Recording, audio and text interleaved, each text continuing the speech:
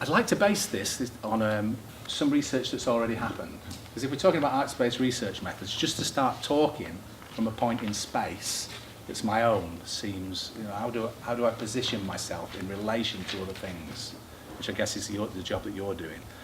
So I'm going to take an article that really influenced me when myself and Annie and another colleague, Takaya Kawamura from Japan, were at a conference in Copenhagen last year, and we met a French team. And the French team of Nicolas Bobadilla, André Lefebvre and Philippe Maurice were presenting at this conference in Copenhagen. And it was actually a European group of organisational studies. And they were presenting on a project they'd got funding for of arts-based research 2014 to 17, and it was supported by the French National Research Agency, ANR. Now their focus was different than ours. So they were interested in arts-based methods, but their focus was on the relationship between arts and critical mutations in organisations. So they were saying, how can we use arts-based methods to look at organisations as they mutate and change? So it's placed in that field of organisational studies. We're valuing, as I've just said, the cultural context specifically, and also the democratic roots and foundations of the practice. And the title of the article, which I want to present this as a viewpoint, as a provocation. And I tried it out first time when we were in Estonia. So colleagues who've heard that, listen to it again and see the different points. I've added a few others as I've tried to understand it more. It's an inspiring article. It's called Dysfunction, Critics, Ethics and Challenges in Arts-Based Research Dissemination. They focus on the dissemination part, but they also talk about the other stages of the work. So, they're writing about organisational aesthetics in real organisations and practices. The point that they make, which speaks to us, I think, no matter where we're from or where we're working, is there has been an increased interest in arts-based methods to explore everyday issues, whether they're organisational or other. It's dangerous to overclaim. They say there's a lot of overclaiming. They say it's very peachy, some of the claims that are being made for arts-based methods. It's still very modest. The whole field is emergent and growing. If we think the first time that the term arts-based method was used is often attributed to Elliot Eisner at Stanford in 1993, that he coined that phrase, arts-based methods, then of course there was a longer tradition before that. It's a new field, isn't it? And the way that I'm thinking about this at the moment in my own mind is, if we got that tradition of positivist research from the sciences, the medical sciences, and the conventional social sciences, we had a challenge from some people who said, is this really the best way of understanding the world and exploring the questions that contemporary society is facing? And that was qualitative research. And if we think that about 20 years ago, Norman Denzin and Ivana Lincoln produced the handbook of qualitative research methods, that was really radical. It's on my shelf in my office, it's about that thick. Here's a challenge to conventional positivist ways of thinking where the rational dominates. Say maybe we can capture things in this way. 20 years later, now, on the shelf, is a handbook of arts-based research methods, which is a challenge to qualitative research, saying maybe we can go in an even different direction here. That actually the arts can actually allow for exploration, allow for investigation, allow for inquiry and the dissemination of this in ways that qualitative research in its opposition to the positivist isn't doing at the moment. Now, of course, all three continue. And of course, the positive tradition is the strongest and dominates funding and it dominates ways of thinking. And yet, the credibility that's come from qualitative and interpretative research, from that paradigm, has got some traction and grounds, even though a lot of people disagree with it still. So actually, we're in a very sort of small field in one way, but a very interesting one. And there are many takes on this, but the question, is this a paradigm in its own right, in the way that qualitative research methods was. It was different than the positivistic paradigm. Is still under debate. Or is it, to use Levy's phrase, a bulge in the qualitative paradigm that offers certain other things? And that's an open question that each of us will have a position on. The main point is there has been, I think it's safe to say, an increased interest in it. You can't deny it. If you Google now arts-based research methods, you will come up with at least 6 books that have all come out within the last 4 months. So the work has been ongoing in certain circles, like this French group that Philip Maurice is heading.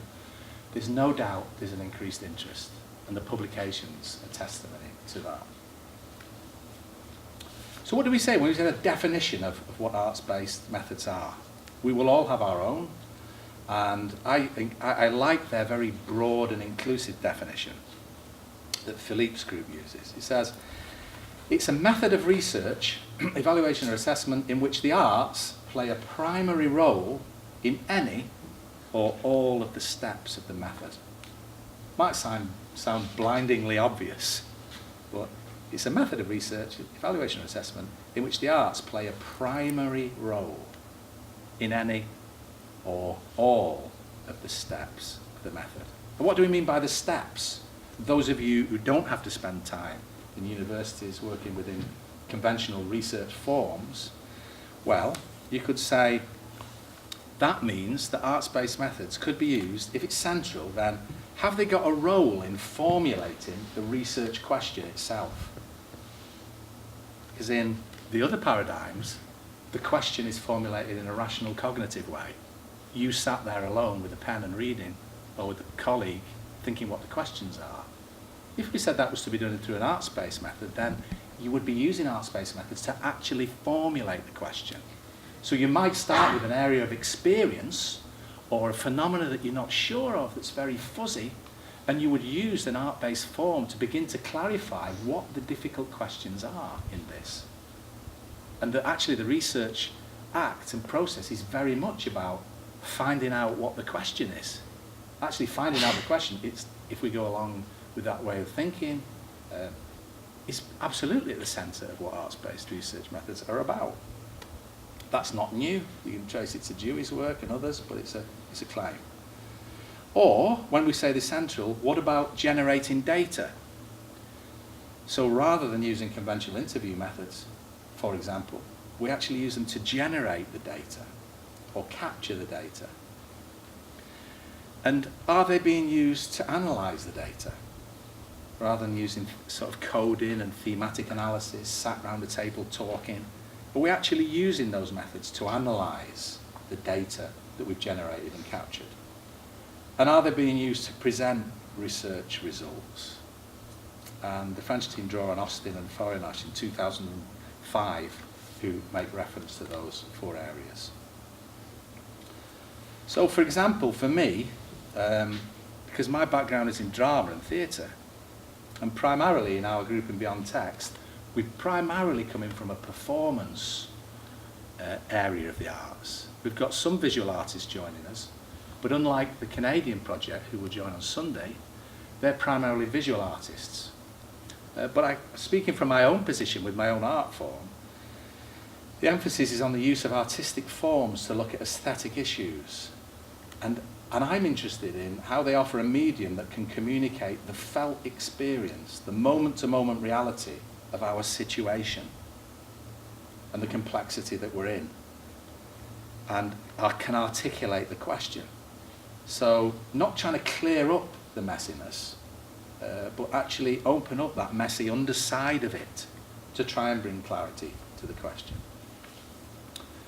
The French team argue that, where did it come from, arts-based methods of research? Where did they come from?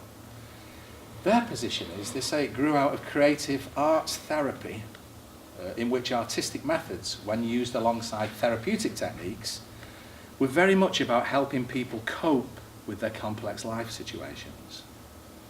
So they'd say, well, it takes us like the 40s, something like that, 50s. I wouldn't necessarily go along with that, I'd look at the anthropological roots of the art forms and say the arts have always been used to make sense of the complexity we find ourselves in. But I take their point that they're saying when it began to impact and the academy of universities was when people in health seriously began to write and document in ways that communicated with those who were in university research. The voice began to be heard, even if it was just an irritant. So that's their take on where it came from. What they point out, and I certainly would agree with, is that in the last 2 decades, research and other disciplines have adopted arts-based methods in their inquiries. And we've seen an increasing use of it outside of universities. And if you look at the hotspots of this, one area is in arts and design research. For example, Denmark's we've got a tradition of that. Sweden has a tradition of that. Of course, other countries do. But thinking of colleagues who you will see here this week, Tatiana Kemi coming from Denmark, and colleagues coming from Anneli coming from Sweden, then you would say they could point to the sort of strength of that perhaps in their country. Then there were broader fields of the humanities and public health continue to use arts-based methods, and later in the week we'll be in the Faculty of Health and see how one of their master's students is using arts-based methods, a former practicing nurse, now nurse educator, is making use of that. And also thirdly in management and in organisations, which is where Philip is writing about and which is where Annie and colleagues from Finland are particularly working. And it's interesting, you think, wouldn't arts institutions like here and wouldn't arts departments be using arts-based methods? And very interestingly, there's a strong tradition of artistic practice, so you can do a doctorate through your practical work. But when it comes a lot to how this finds itself into other written forms, often arts faculties and organisations like this use very traditional social science-based research. And Clive Holtam, who's a professor at Cass Business School in London, will mention this in the Multiplier Day. He's been working with a programme with a group of 14 organisations like Storyhouse across the country and looking at why and how they're using arts-based methods and what the resistance to it might be. So don't fall into the trap of thinking that, yeah, people who are in those faculties are using it all the time and we're just taking what they're doing. That's not the case from the perspective of this team, and I would agree with them on that. So, Philip's team posit the argument that artworks, and I'd add arts processes, which we're going to engage in this week, whether it's storytelling or poetry or theatrical image work or deriving, arts works and arts processes constitute a precious source of information because they deal with the uniqueness of situations, perhaps in a language that can be understood across boundaries, let's say in a universal language. So to think of what we're doing as precious sources of information, not just ways of engaging each other, but as precious sources of information. And traditionally, if you look at which of those areas in the research process in conventional social sciences of arts-based methods been used, traditionally they've either been applied as data collection techniques or as dissemination methods. So in data collection techniques, for example, Monica Baggioli from London University of the Arts is going to be with us next week, and she'll be looking at zines and how these visual art formed methods of data collection are used. She also uses them in analysis. Or for example, Annie was looking and be working with theatrical images and work story as a whole set of ways in which we can artfully inquire. Would be 2 examples of data collection technique and analysis. And as dissemination, then many examples of that. We've got Fidel, who in a way will be this afternoon, will be sharing his use of found poetry for us and sort of disseminate and validate and see how it resonates with people, as Muyad will be in his use of story. And for example, in terms of dissemination, one of the projects we're involved with in Recap is we're working with the Northwest Health R&D team, whose area covers 7 million people in the Northwest. And we're working on a project looking at mental health and currently how that's defined and the consequences of that and where an intervention in that might be useful from their perspective as the team that's responsible for research in health for this whole region. They have a conference, and instead of people coming to present their papers from health and standing up and reading as in a traditional format, they hire a venue. So like they hired Royal Northern College of Music. And instead of each individual person presenting a paper like I'm doing and hoping that it's going to be all right, they say, work with a team of creatives and we'll look at how we can present your paper. And some of them are sung choirs, and they'll sing part of it. Some of them would be solo pieces that are played and sung.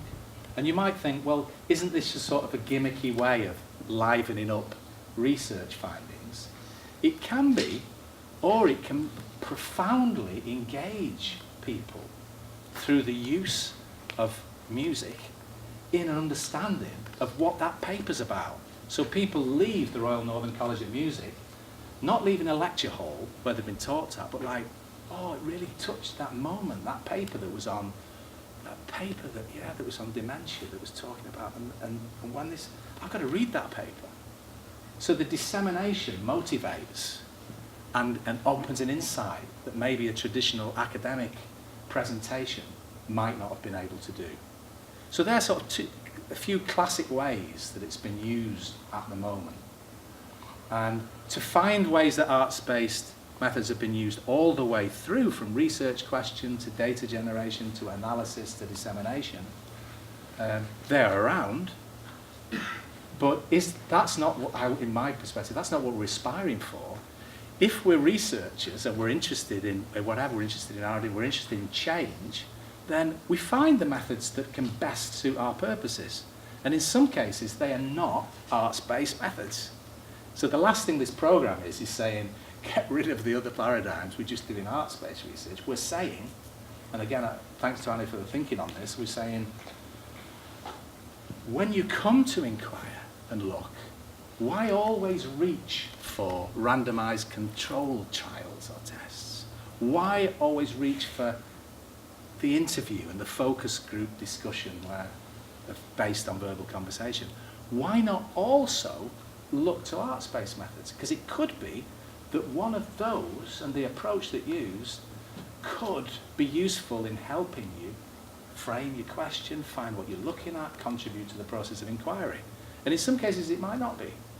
But it seems strange to turn our back on a way of knowing that's been with us since we first came onto the earth, as what one South African researcher called as Homo dramaticus, where we came before there was paper and text and writing. We still made sense of things, according to the anthropologists.